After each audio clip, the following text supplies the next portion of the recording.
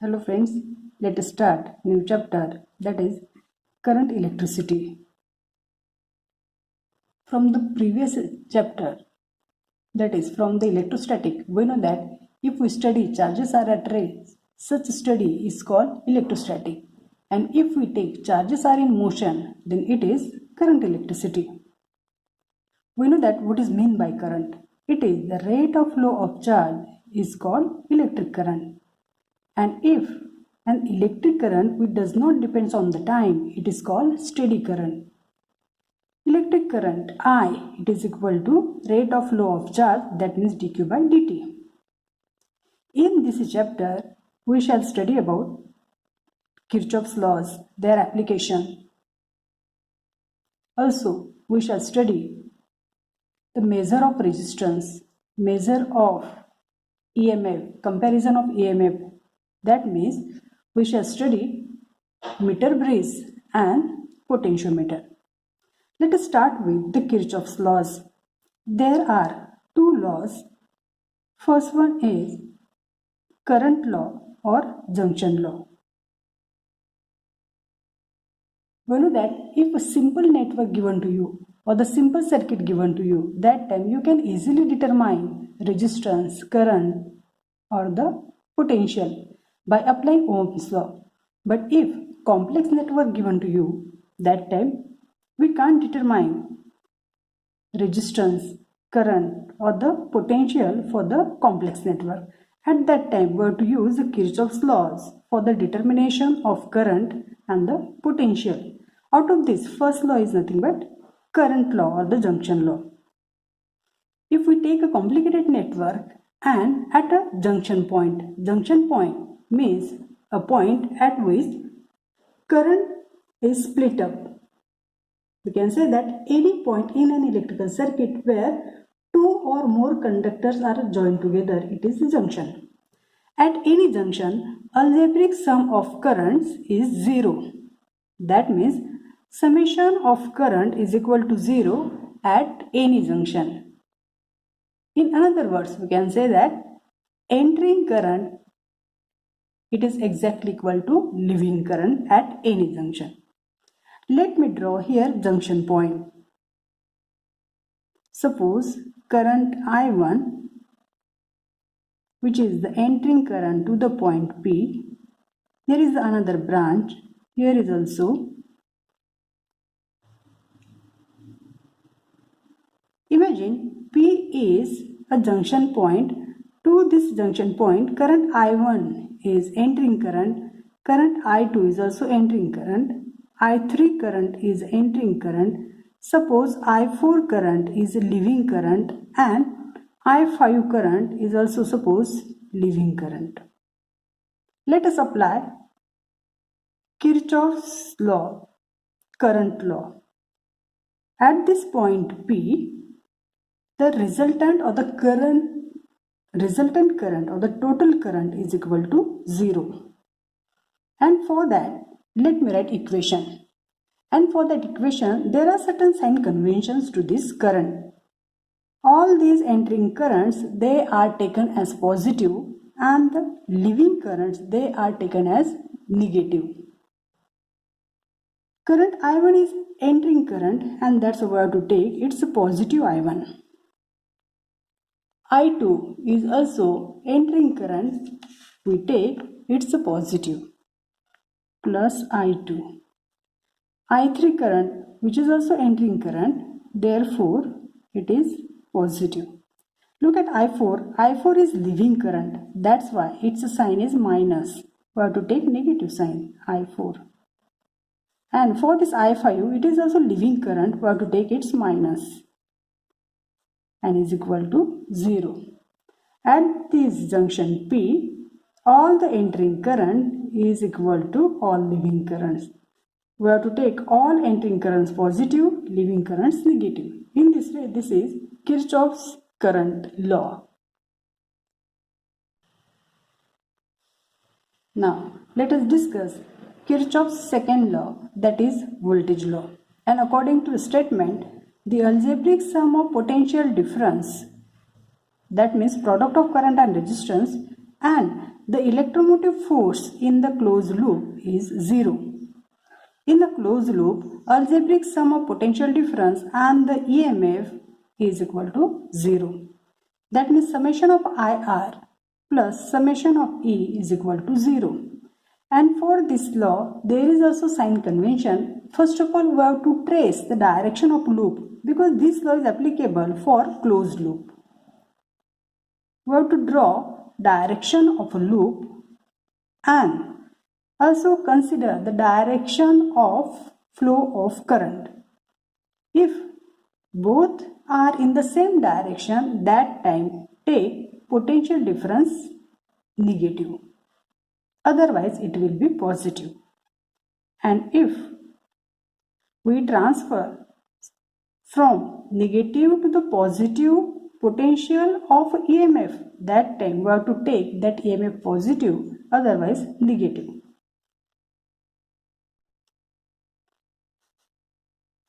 For this Kirchhoff's second law, we have to take algebraic sum of potential differences and the EMFs for closed loop, and it is equal to 0.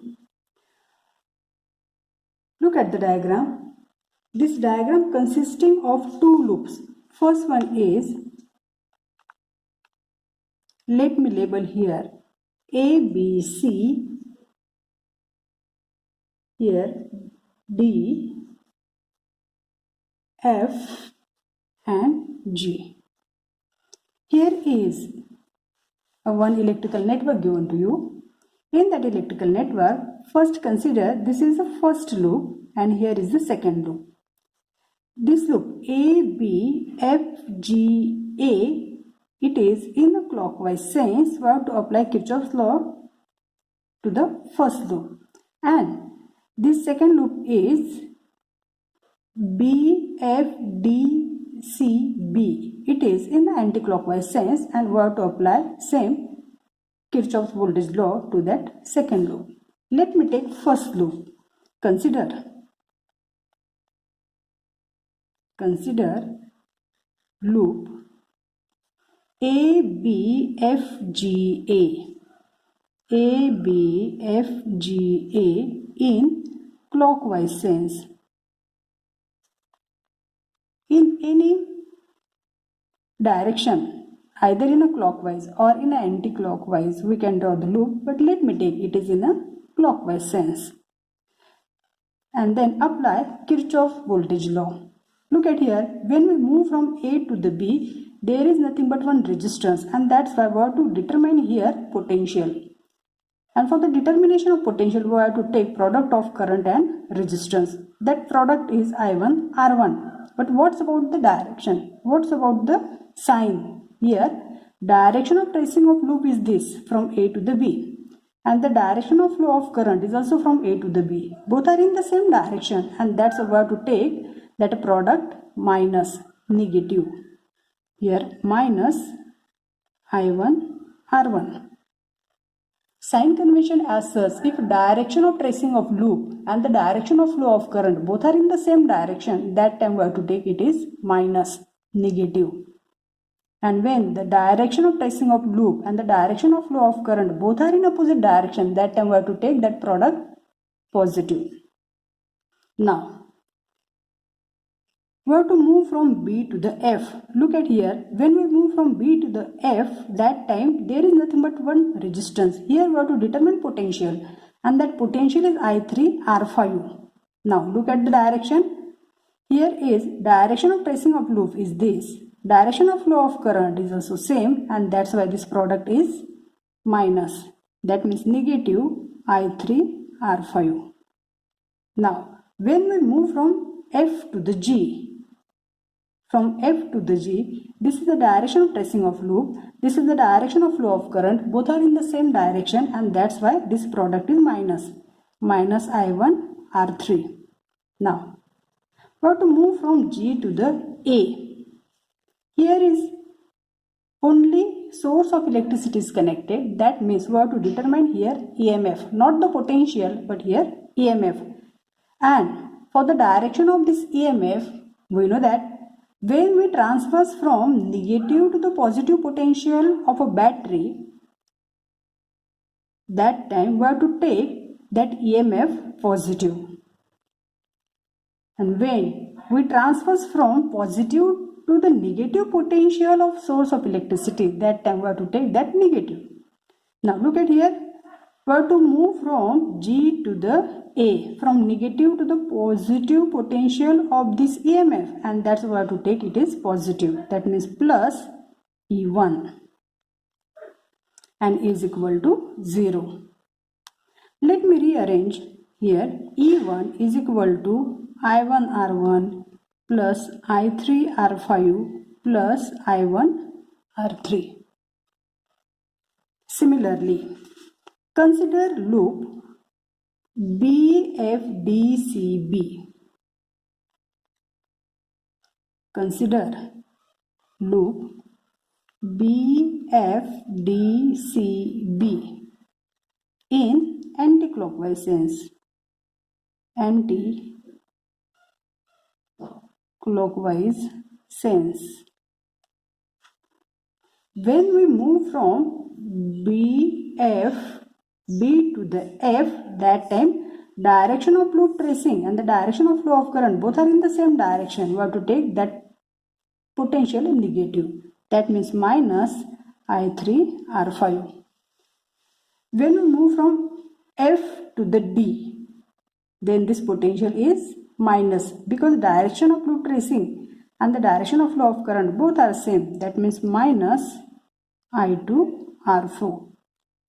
When we move from D to the C, here is nothing but EMF, and for its direction, for its sign, it is nothing but from negative to the positive potential, and therefore it is taken as positive E2. When we move from C to the B, here is a determination of a potential, and that potential is negative, because direction of loop tracing and the direction of flow of current both are in the same direction. That's why that product is minus I2 R2 and is equal to 0. Let me rearrange the term. E2 is equal to I3 R5 plus I2 R4 plus I2 R2.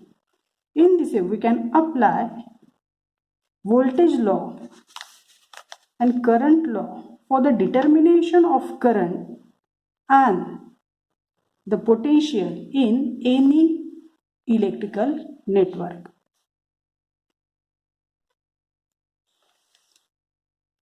Let us solve one example. Here is nothing but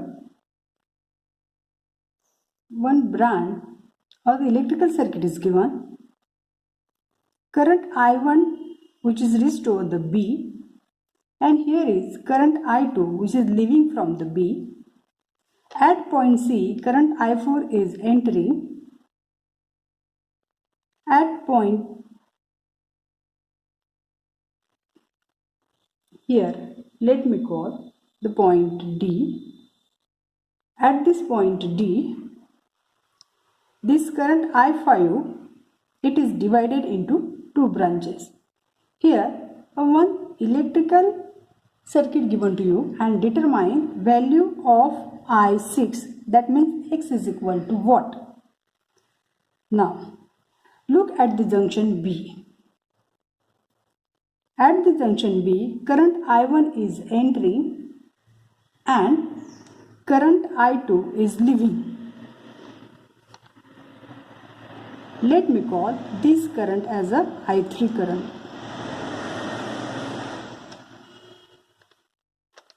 At junction B, here at the junction B, we know that according to the Kirchhoff's current law, all entering current is equal to leaving current, and therefore I1 current, this I1 current is equal to I2 plus I3. I1 is equal to I2 plus I3. Because I1 is entering current, I2 and I3 are the leaving currents. Now, We know that value of I2 is equal to 3 ampere and I1 is 17. Therefore, 17 is equal to 3 plus I3. I3 is equal to 14 ampere. Now, at point C, here this I3 is entering current, I4 is also entering current, while I5 is leaving current. Therefore, at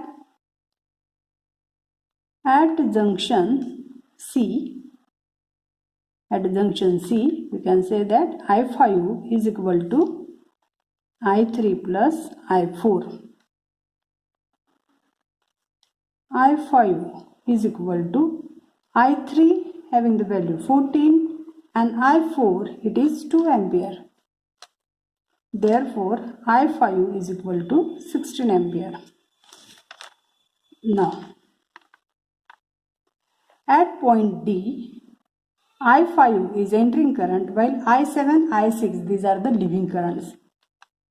At junction D, I5 is equal to I6 plus I7. We know that value of I5 it is 16 is equal to I6 is equal to X, which we have to determine, and value of I7 is 9. Therefore, X is equal to 7 ampere. In this way, we can apply Kirchhoff's current law to this electrical network. Here, Kirchhoff's current law is consistent with the conservation of electrical charge, while the Kirchhoff's voltage law this is consistent with the law of conservation of energy.